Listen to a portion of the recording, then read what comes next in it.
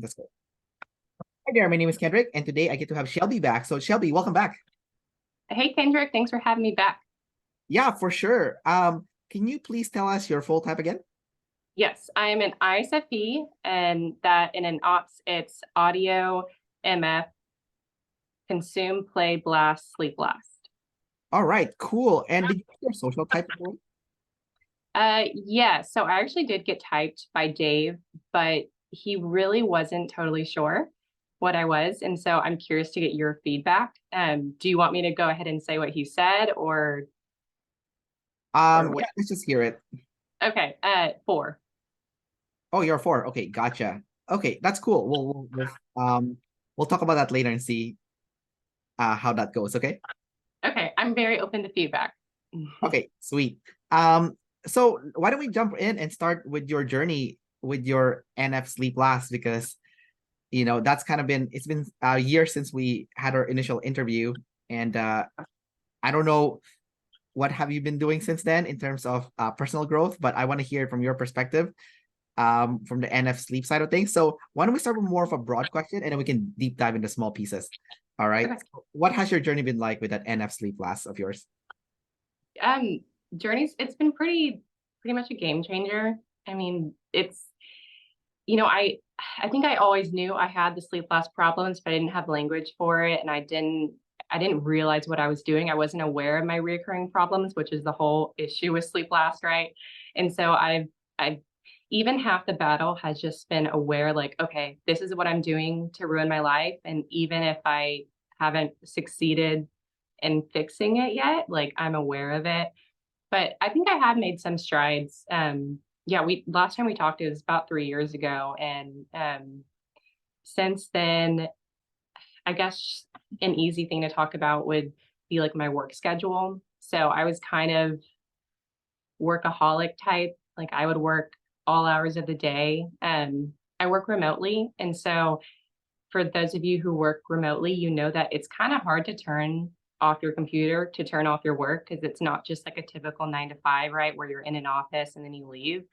And so I was finding it like it was just consuming me at all times. And I have a family, I have 2 young kids and a husband. And so it was really wearing me down to the point where like I didn't have any margin left to give to my family. And so I've been working on making my hours stricter of once my kids come home at 5 o'clock, like I'm done working. I won't work in the evenings anymore. I won't work on the weekends. And so that might mean that I don't get as much done as I did previously. And I have to be okay with that. I have to be okay with possibly making less money if I'm not, putting in those extra few hours because of this stage of my life. Like my kids are so young, they really need me. And so it's kind of a two-part thing of being okay with saying no, but then also just like physically changing my schedule and then making the most out of the time that I do have during the day of being productive and not doing things that I don't need to be doing. Right. Was it like a sales position or something? Because you said that you'd make less if you didn't work. It, there's a the way that my pay is structured, there's a commission aspect, but it's not sales. It's based on the amount of work that I produce. Like it's a deadline oriented business.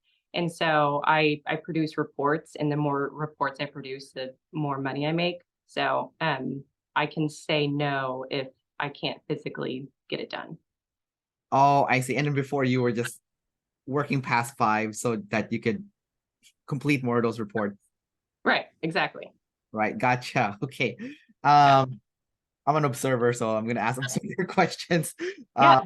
Right. But anyway, so that's cool that you set those boundaries for yourself to take some rest and prioritize family, which I think is super cool. Um, what about what about other recurring problems? So you have NIFI last, so that means it's emotional related. So can you pinpoint specific emotions that you've had recurring problems with that you've seen with your NI patterns? Like specific. Yeah. Yeah. Okay, so I'll give a couple. Like desire drama stuff. So what my brain would do, and I don't know, maybe you do this as an observer, you just are way more calm about it.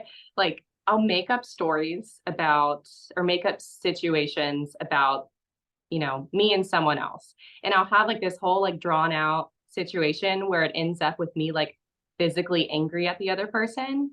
And then I can't get rid of it. It's like my brain keeps going and going. And then I have like this built up resentment towards someone, and I don't know how to let it go or separate it and realize like, okay, this didn't actually happen. You know, maybe it's like towards my husband or maybe it's towards someone else. Like, is that something that sounds crazy to you, or do you do stuff like that too?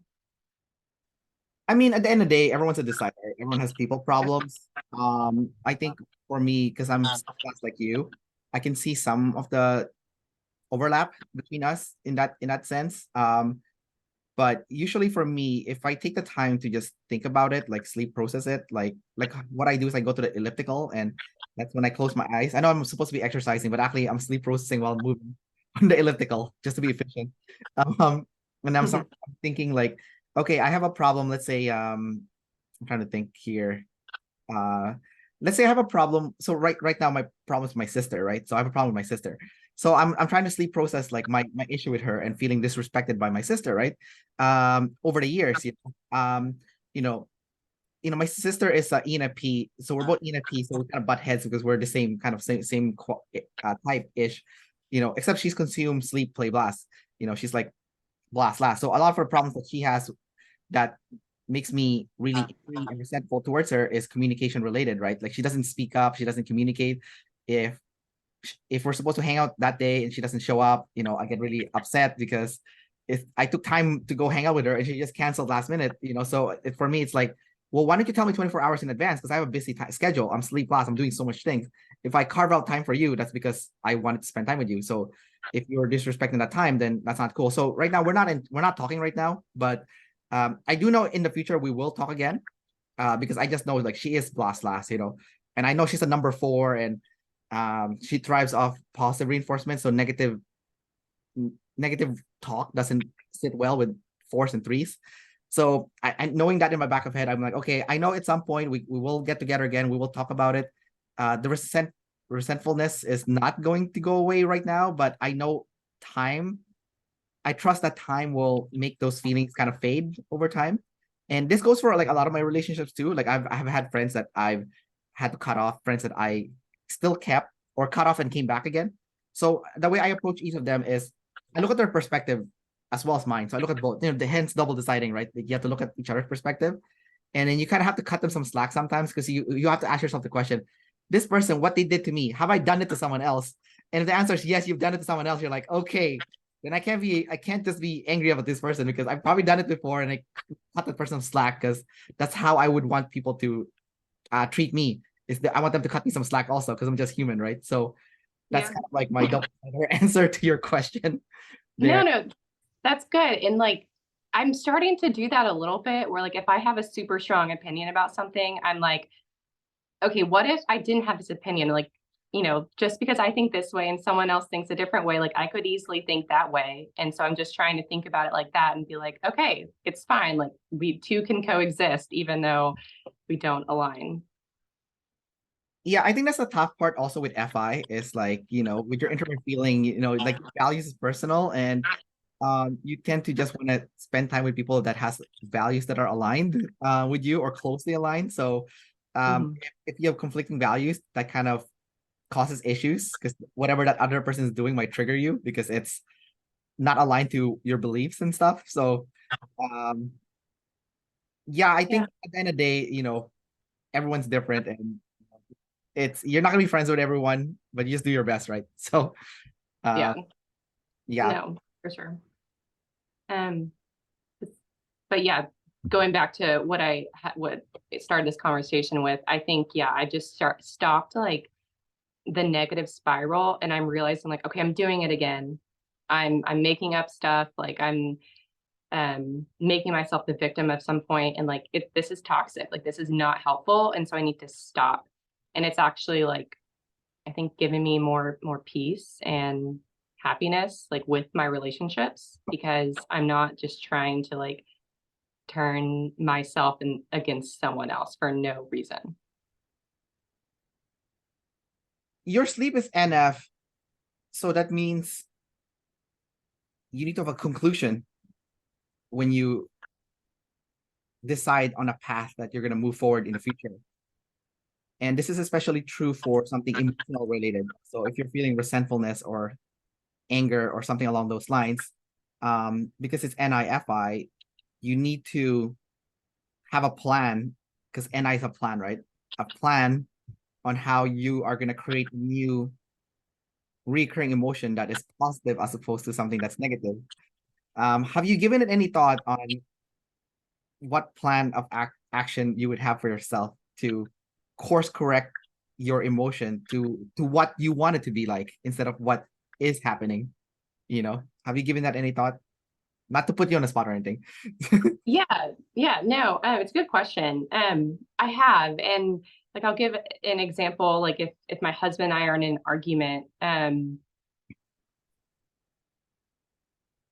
like when we're in the midst of it, I'm trying to remind myself that like getting overheated or trying to win the argument is not going to bring like us closer. It's not going to bring peace or connection.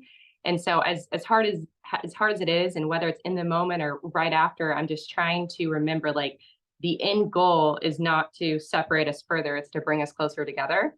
And so that might mean like apologizing or just like stopping or letting something go, or just like taking a minute to stop and think before responding. So that's what I've been trying to tell myself. Does that kind of answer your question? Yeah, no, it does for sure. But I have follow-up questions, but it's I was just thinking about the stuff that you said. I think it's good that you mentioned, peace and connection was like the end goal. And that's kind of like the emotion that and the relationship that you're trying to shoot for instead of, trying to win. Because then you win, but you really lose because then you lose the relationship, right? Uh, Right. so that's like a really good point that you brought up there. I'm just curious though. So sometimes when you try to let things slide or go, then resentment builds up. So how would you stop that resentment building up if you just let things slide? Like, have you thought about that? Adding another layer to this? Yeah. Let me tell you, I can't let things slide. So I don't know. That's never happened to me. I'm telling you that I know that's maybe I should start doing that, but I'm not there yet. Okay. Oh, that's cool. And that's good that Yeah. you know that. That's good. Okay. Yeah. Uh, No, no, no. I try to control my temper just because of, with FI, especially like lead, like I can get very assertive with like pushing what I want. And so that's what I can learn to kind of downgrade a little bit. oh, I see. Gotcha. So do you have like a because it's NIFI, right? So it's NF sleep. So it's setting rules for yourself. Have you set any rules for yourself in terms of like, okay, you now know you're triggered. What rules have you set for yourself in terms of like what steps to take next in order to best approach this, even though you're obviously triggered? Yeah. Sometimes like if I'll just use an example with my husband because that's who I interact with most.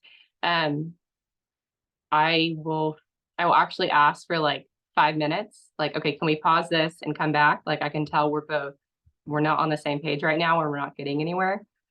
So that's a big one. What else? Um, I don't know, or ask like, can I think about this? Just like taking a break from inserting my opinion.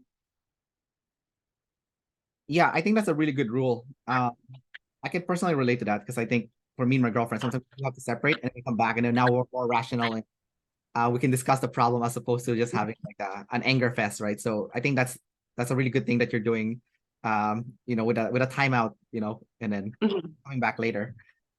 Um, Because so much of, at least for us, so much of it is like tone.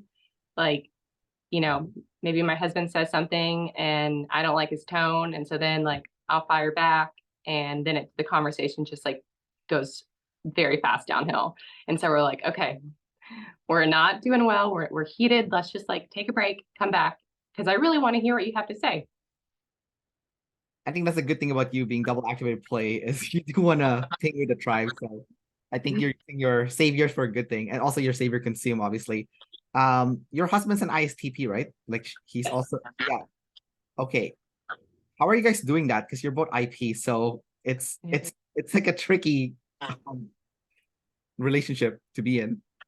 There's a lot of triggering. I have to say that because just the constant like TIFI. I don't know. It can be tough. But I think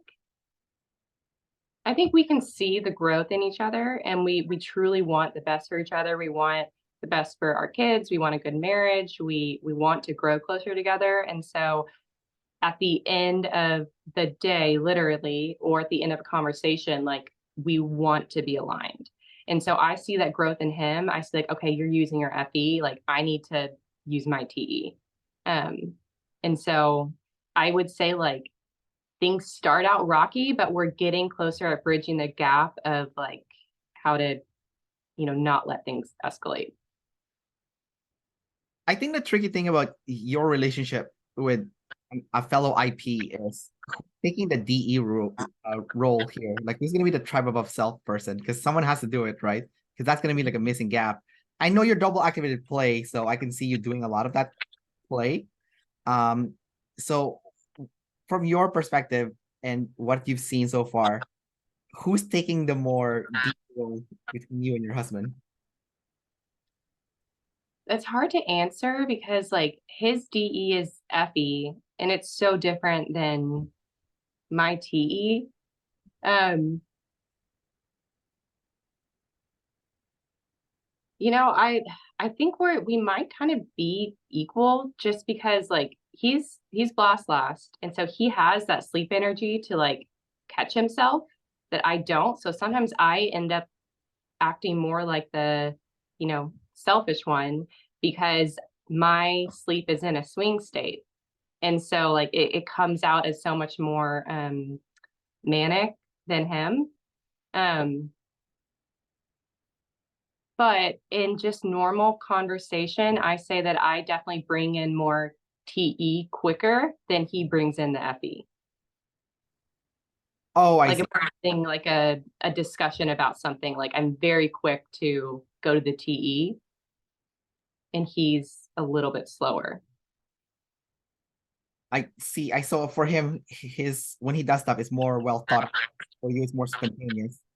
And when it comes to household stuff, getting things done, you're quicker to do it because of the TE.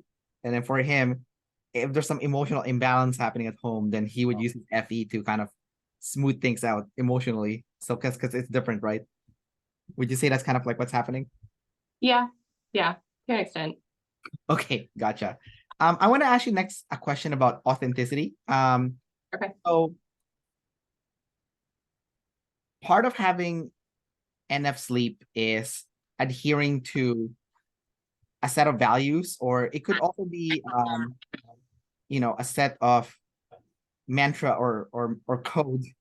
Um, and because you are an IP, you might have a tendency to present yourself in the best possible light to the tribe, as opposed to the most authentic light side to the tribe, because they're different, right? So it's like when I hear the story of the IP realizing that the tribe wants to see your bad side also, not just your good side. And a lot of IPs can't wrap their head around that you can be loved for your bad side as well. As a matter of fact, if you really want to be loved, you need to show both the good and the bad side, so people can see the real you. And if they still like you for your bad side, that means, hey, you have a real friend here or a real connection here. Um, do you have any struggles with that personally? And have you worked on that with your NF sleep in terms of like, you know what, I'm just gonna present my real self, both good and bad. And if I'm having a hard time, I'm just gonna show it. I'm not gonna hide it. And it's not a weakness to show weakness. It's actually a strength, if anything. Yeah, man, that thing is hits the nail such on the head or whatever the saying is, because that is so hard to do. Like I really don't want to present anything negative about myself. And like since I learned that over the last couple of years, I've had to try to share things that I don't want to share. It's still a really big struggle. I wish I knew more. I wish I was just comfortable with saying stuff, but it helps if I'm talking to someone who like if they share something negative, then it's a lot easier for me to excuse me, to bounce back and say something as well. But yeah, it's an issue for sure. Um, but I know you had a question about it with what was your question? Sorry. Oh, yeah, it was a question of authenticity, really. So, Right. part of authenticity is showing the good and the bad side. And you had just mentioned that it's easier for you to share it if someone already brought it up first.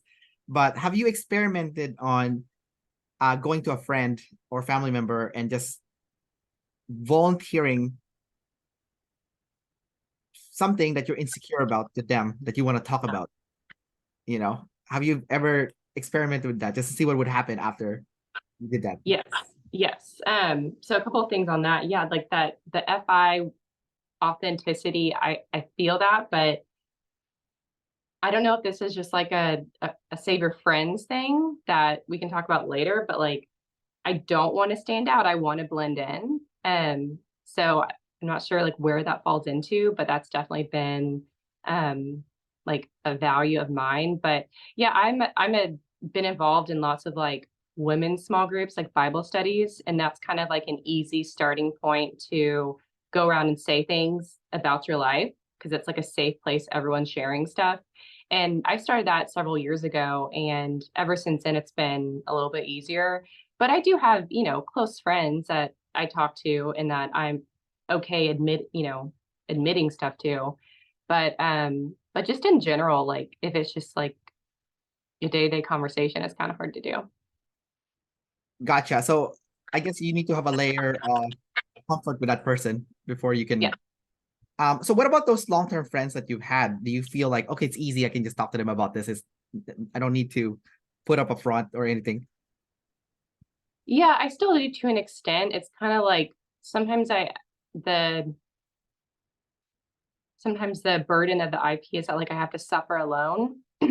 And so, you know, there's even a lot of things that I don't feel comfortable talking to my husband about, and I feel like I should. Um, but depends what it is. Depends what it is. Right. I mean, I can understand FI can be a tricky thing. It's also very irrational. I have it also, so I get you in that sense.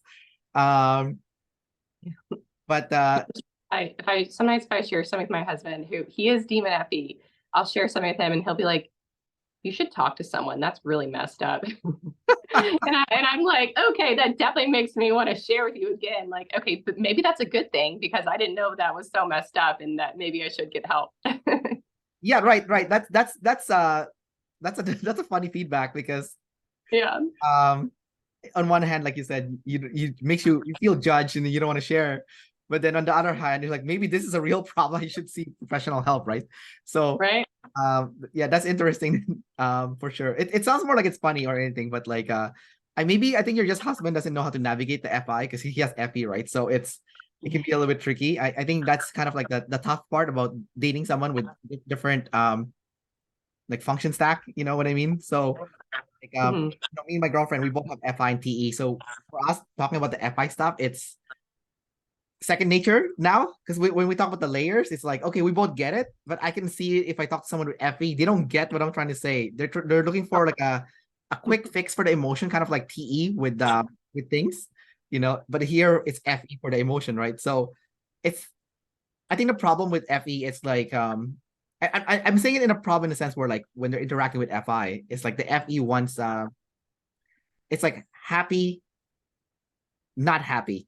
And it's like an on and off switch, right? It's like just happy or unhappy. But if you have FI, sometimes you want to be unhappy, you know?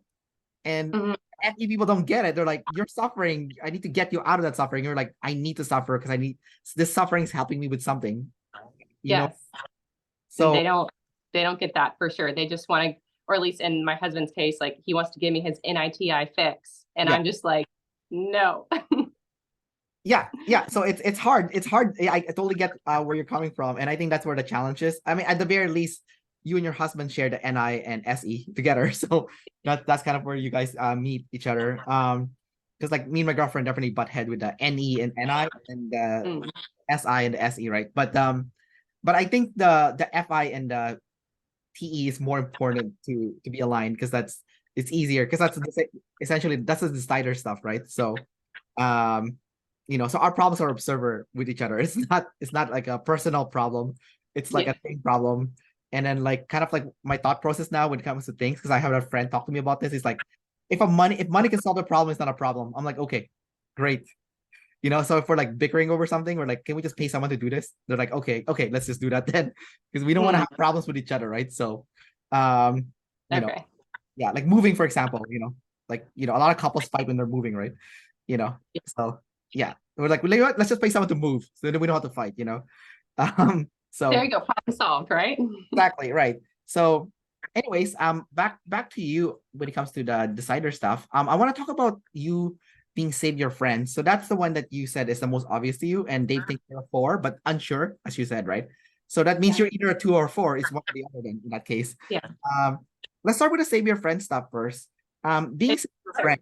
Sorry, go ahead. Can I, can I say something before we move on to the Yes, friends go to for it. go back to, Yes. because, I'm proud of my sleep processing, because it took me so long to get there. But one thing like about like a specific like FI sleep that I have processed is basically just like what kind of mom, what kind of mom do I want to be? Like what kind of lifestyle do I want my family to have?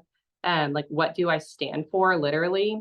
And this, I just have figured this out like recently within the last couple of months. Like it took me years because I was so much overdoing like the TESE play and like comparing myself, like looking to what everyone else is doing and truly not knowing like what is it that I want for my life and for my family. And so I really narrowed it down recently of what I want. And so then like I have this goal that I can keep coming back to and then start saying no to other things. And that this the act of saying no is kind of what I feared before because I thought, well, maybe like you'll lose friends or lose out on opportunities or something. But what I've realized is that like if you are focused on something, then you truly have more to gain because you have more fulfillment. Right. Yeah, that sounds like an awesome sleep class revelation. For sure. I think that's a growth path for you, especially. Or anyone with sleep class in general. Mhm. So by the way, during this interview, Shelby, if you want to go back to anything NF sleep related, feel free to just loop back, okay? Because this interview is for you. It's your platform. So if that's what you want to focus the talk on, feel free to go back, okay? Um, so we'll go to social type, but if you want to flip back again, feel free to just flip back, okay? Um, Okay. so for social type, you are a number four according to Dave, but he's not sure also, is what you said, right? Um, Yeah. He so basically he said he knows I'm not a one. And then like after that it was kind of a free for all. But I think the issue is the responsibility specialized coin. And I don't know. It's still a little bit up in the air, but he was thinking that I might be demon responsibility. And so then he wasn't sure about the friends versus flex, like the 3 versus 4. Um, and I think I've come to the decision that I'm friends over flex, but still working on the responsibility stuff. Um, but here's the thing, and here's what really confused Dave the most, and that I get is that I see that I'm friends because I see the demon flex. Like I see the anti-flex. Like my personal view on flex is that like flexing self-promotion is like narcissistic and amoral and like I don't want to do it, which is in direct conflict to my DI because like I'm all about myself. I want to talk about myself, but like I also feel not allowed to like whether I'm in a professional setting or just like with friends, like I don't feel allowed to like promote myself in any way. Um, but the problem is being an IP, like I'm weird with friends. Like I'm weird with my relationships. I don't have a lot of friends. I wouldn't consider myself to be super friendly. And so there's a dichotomy there where the fours are described as like friendly, like will do anything for their friends. And that's not really me. And so I don't know if that's just like an IP thing or what. I don't think it's an IP thing because Okay. I was interviewing Nathan, the one in the group, the jumper Yeah. ISFP, Yes. and oh right, you guys were in the same panel, I think, when we did that thing. Yeah. Yeah. Yeah. We're friends. Oh, you guys are friends? Yeah. We talk. Okay, sweet, sweet. Yeah, so he told me like because I interviewed him recently, and his wife was there too. It's really funny. He's like, yeah, I've been friends with this person that he shared a crib with when he was a baby or something, and right now they're still friends. And I was like, you share the same crib as a baby, and now you're still friends. That's so funny. And like That's fun. I know, and I'm like, and he has so many friends. He'll just like text and message, and they'll go and like play games together, and have like meals together, and Mhm. I'm like, oh my God, dude, like you are so friendly. Like you love friends. This is awesome, right? Um, Yeah. but with that being said, maybe you're two. Because like but maybe just saying maybe, I don't know. Because like earlier you were describing your workaholic tendencies, right? And twos are workaholics, right? And twos are also really friendly, but the work comes first, you know. They'll still have lots of friends, but the work comes first. So it's one of those things. But also with the threes, right, it's like they'll have maybe like one or two friends, that's it, like they're close to, that's it, just like one or two. They won't have a big group of friends, and it could be any type. It doesn't have to be an IP. It could be any type, and they'll just have like one or two, that's it, like that's it. It's so little. Sometimes it's zero, and their best friend's just their partner, right? And but they're friendly, but Mhm. friendship is really really tough. And like lately, because I've been interviewing a lot of people with their social type, a lot of threes only have like usually just one friend or two, that's it, right? Well, like twos and fours, they usually have like a bigger group of friends. So where are you in your life pile when it comes to this? You said you don't have that many friends, but you obviously you have friends. I think I tend to have more of a larger like variety of people, but like the like close, intimate, like select few, that's harder for me. Um, I have a hard time like maintaining friendships, but like yes, there are a number of people in my life that like I talk to regularly and I could call if I needed something, but there's I don't do this as much now because I've realized like the the cons of it. But when I was younger, like maybe in my 20s, I would kind of treat friends as like a means to an end. Like if I was done with that friendship, I would be the one to move on.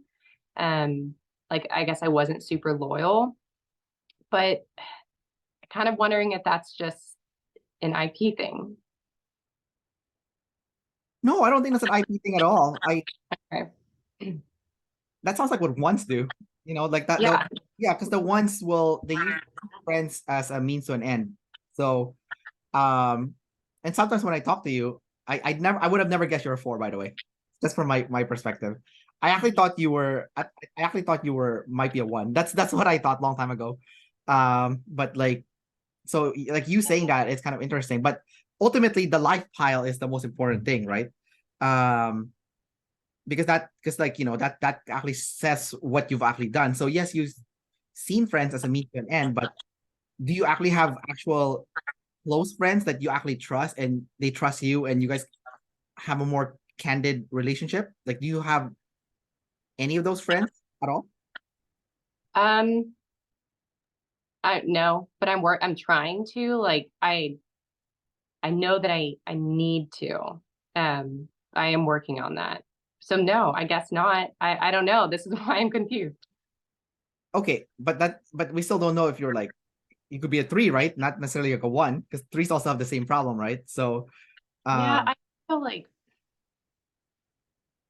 I think where Dave was coming from, I talked a lot, like I sent in another video and I talked a lot about it just like with my journey with motherhood and a lot of it I think he interpreted as the demon responsibility of like me since I've been a mom for the last 2 years, I don't have the same career goals that I used to because my demands at home are so strong that like I am considering stepping away from my work, staying home full time.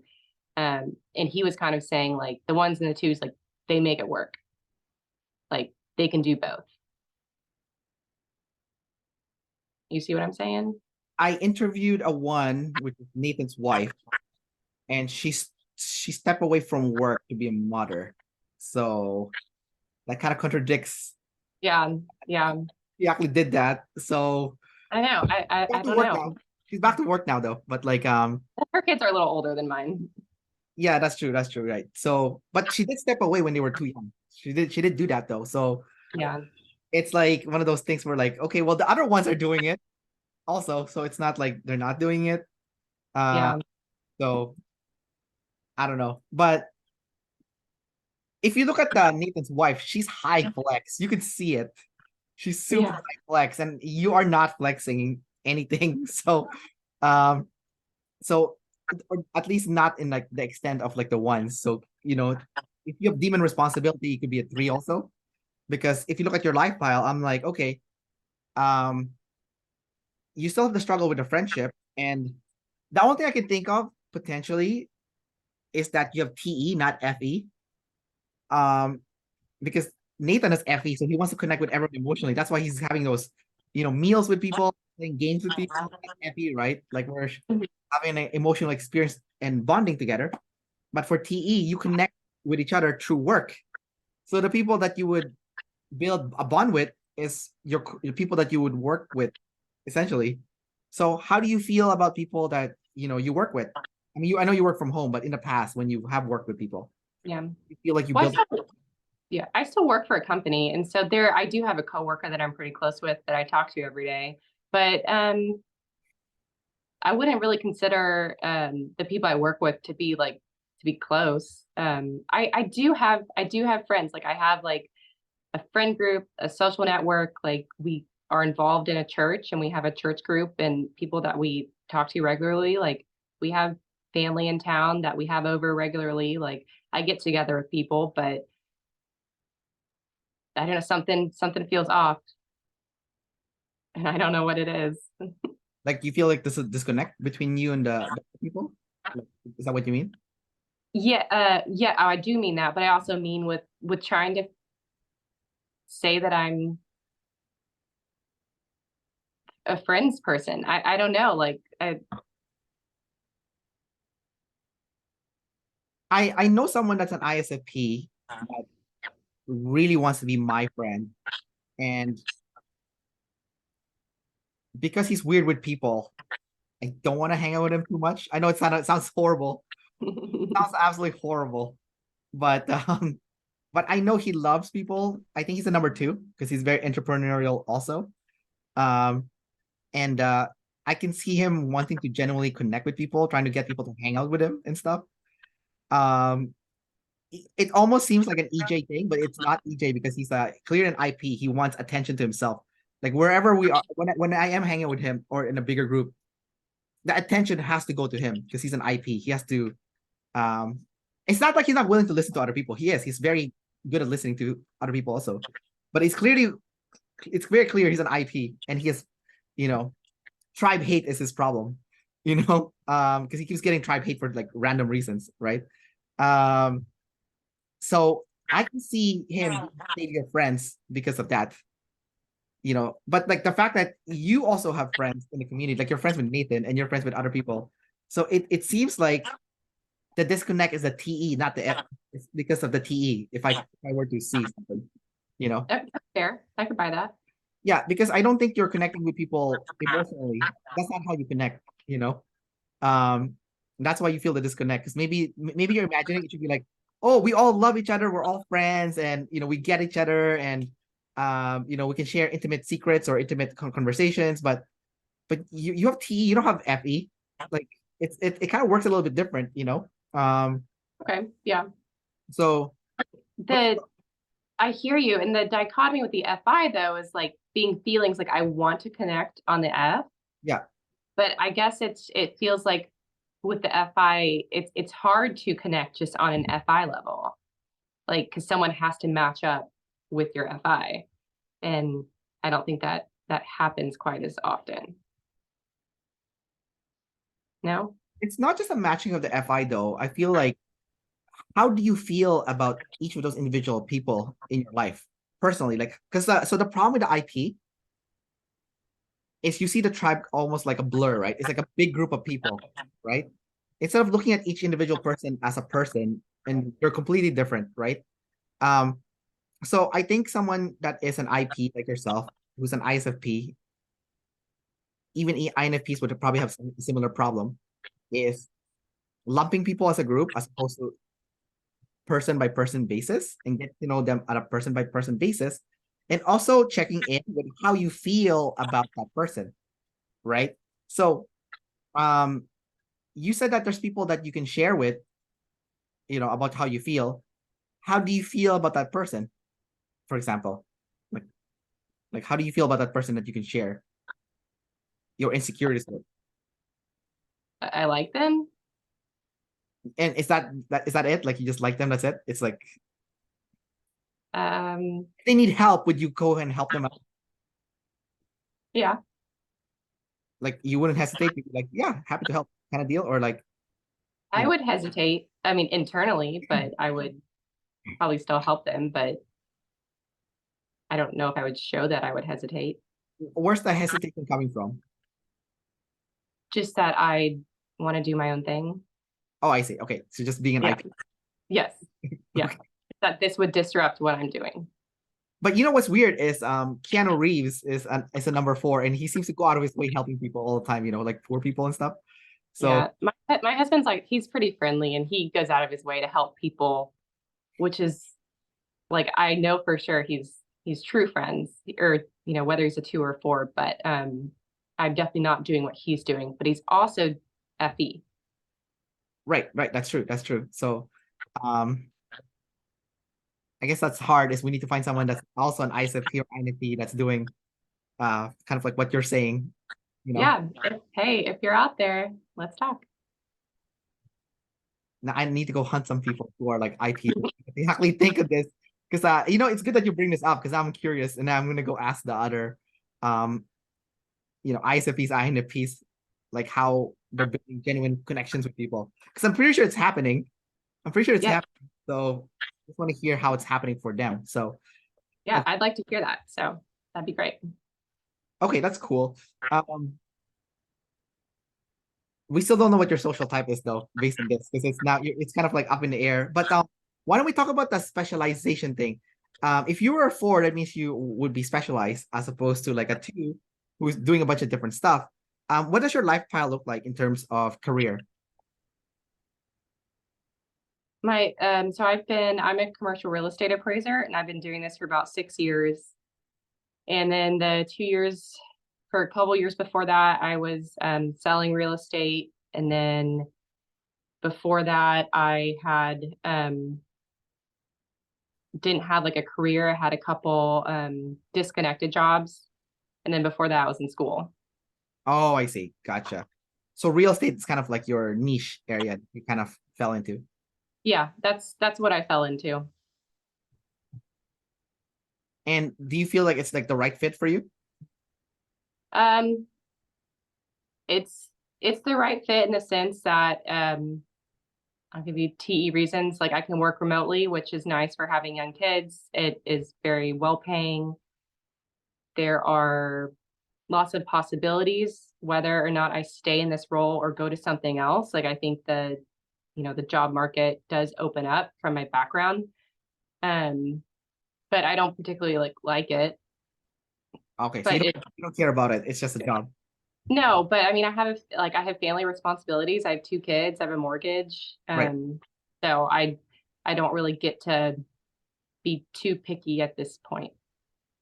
Okay. I mean that's double observing what you're doing. But yeah, which is cool, which is good, obviously, because like a lot of observers are watching this probably, and they're gonna be like, well, that's what you're supposed to do, you know.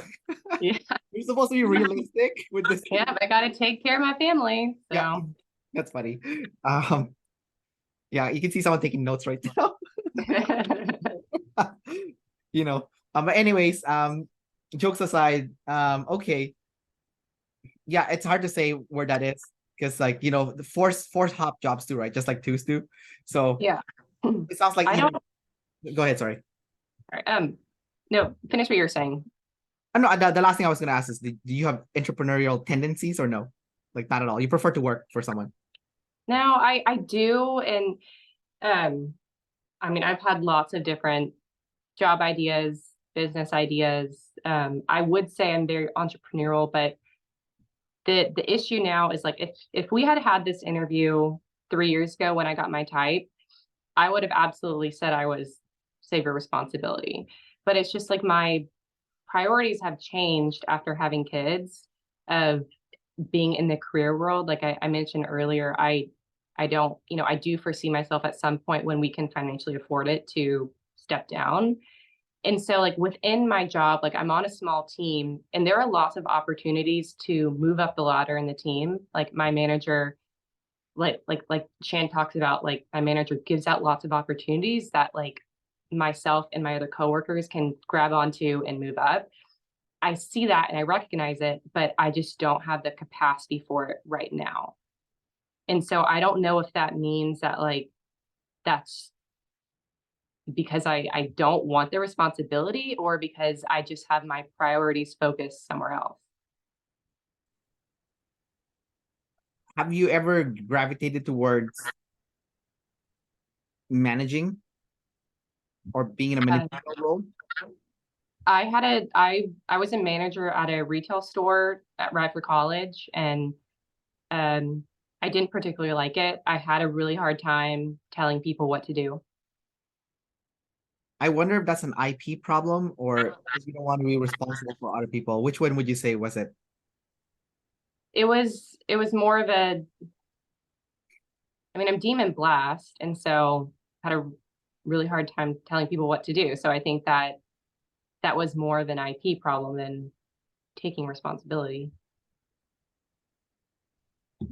I'm not sure because I've seen people with Black Third and they have problem with management. You know what I mean? So, Okay. so I'm wondering if that's more of you being an IP and being uncomfortable with the tribe, or if that's a case of demon responsibility for the tribe, essentially. One thing I can say though is it doesn't sound like you have it doesn't sound like you're number one, because number ones would be like you do what I tell you because I'm the boss. So it's like Mhm. ego driven. So at Yeah. least know that it's not from an ego perspective, it's more from discomfort, you know? Yeah. Yeah. That's fair. And how long What were you a manager for? Sorry, if Oh, I was a manager there for maybe about 6 months. okay, and it wasn't the right fit, obviously. No. No. But even now, like within the job that I'm in now, like if I were to want to stay in the career in the like corporate world, I do not want to be a manager. I see that, and I see that it's too much responsibility, um, that I don't want to do. Oh, I see. Okay. I see why Dave thinks you're a four now, based on your description, because it does sound like it's leaning towards, being a four. Um, and maybe not a three because missing flex, flex is what's missing. Uh, Mhm. Yeah. I've always found that interesting with the IPs, because IPs in general wants to flex. And then like the number four kind of suppresses it, but there's still a part of you that wants to flex because you're an IP, right? Uh, Yeah. So I flex like in my mind, but like I don't need that kind of validation is the thing. Like I'm proud of myself for my accomplishments, but like I just don't need to say anything about it to anyone. oh, I see. Gotcha. Okay. I'm just thinking of all the other IPs I've interviewed and like, Yeah. yeah. Okay, okay, that makes a lot of sense. Okay. Yeah, you would definitely be hard to narrow down for social type. But I agree with number four based on that, because you are friendly, and like it seems like you do like people. Um, I do. I just have, I don't know. I've had bad luck, maybe. yeah. Not sure. Well, I think as an IP, luck has a big part of it. Um, because I have IP friends and they just got lucky. We were in the same group of like a mix of observers and deciders, and It's kind of like, we invite the IPs to go hang out with us all the time. So it's like they got lucky at a young age that they fell into like a group that had that environment where it's like very friendly and candid and everyone just kind of says whatever they want. But if you're not lucky at a young age as an IP, I think it's gonna get harder because I can definitely see that the older you get, it is definitely harder to make those close bonds and friendship. It's almost Yeah, like work to do it, It feels like work. it is for sure. And especially like the older we get and with kids, but I will say with kids, there's like a common shared interest because I can have like a play date with a friend and we can bond over that. Right. Their kids can play together. So I would say the majority of friends that I have now are through other fellow moms. Do you still have friends from elementary or high school or university or college? From elementary, high school, no. There's a couple people that I keep up with sometimes, but not super regularly. From college, I have a few good friends from college, but they don't live in the same city where I am now. And so just like because of the lack of proximity and they're in a different stage of life, we don't keep up very often. But whenever we do catch up, it's just like old times. But the people that I talk to on a regular basis are from the last 5 to 10 years of my life. Oh, I see. And did you move away from where you grew up from? That's why you don't have friends from elementary school and high school? No, I'm in the same city where I was born and raised. Okay, so what happened in elementary and high school? How come you didn't stay in touch with any of the friends there? Just out of curiosity. I'm not here to judge. Just curious. I didn't I live in a really big city, and so the people from elementary school, the way that the school systems are designed, like the elementary school feeds into many, many different schools. And so a lot of people lose their friend unless you go to like the same private school your whole life. If you go to the public schools, which I did, then most of the time you don't stay friends with the same elementary school people. Okay. But for high school, I didn't have a good solid friend group. Were you like bouncing between groups or were you kind of like a lone wolf type? I would bounce between groups. I had a good friend group in middle school. And then when I got to high school, I definitely bounced around quite a bit. Yeah. And And then I had a friend group in college. how did you feel about bouncing around? I didn't like it. I really wanted a home base. I really wanted friends, but that was just like high school's a hard time for a lot of people. And I don't know, it just didn't work. The sound of what I'm hearing from you, it sounds like you had bad luck in your quest to have a home base. You just like literally had bad luck. Um, Well, that's like kind of comforting to hear because also like in the last 10 years that I've like I mentioned I'm in a church group. It's a big church. There's a lot of different groups. I've even bounced around from different groups there. Like I just had a hard time like finding the place where I fit. I think it's a combination of bad luck and also a combination of I don't think you're opening yourself up more to people for them to get to know you at a deeper level. Because you're only putting the good foot forward, not the bad foot forward. So part of connecting with others is through your areas where you are imperfect and you're not so uh it's not so bright and shiny, you know what I mean? So uh Yeah. yeah, because when I talk to people, I say all the bad stuff about me and the good stuff. I'm like open with both. Mhm. So I'm more relatable. If you're not relatable, it's only good. You come across as a robot then. But Yeah. so the bad side also, it's actually the opposite of what happens. Instead of getting tribe hate, you get tribe love. It's really weird. Um, Yeah. Do you not feel like you're complaining? Like I feel like I'm just like if I complaining if I talk about bad things.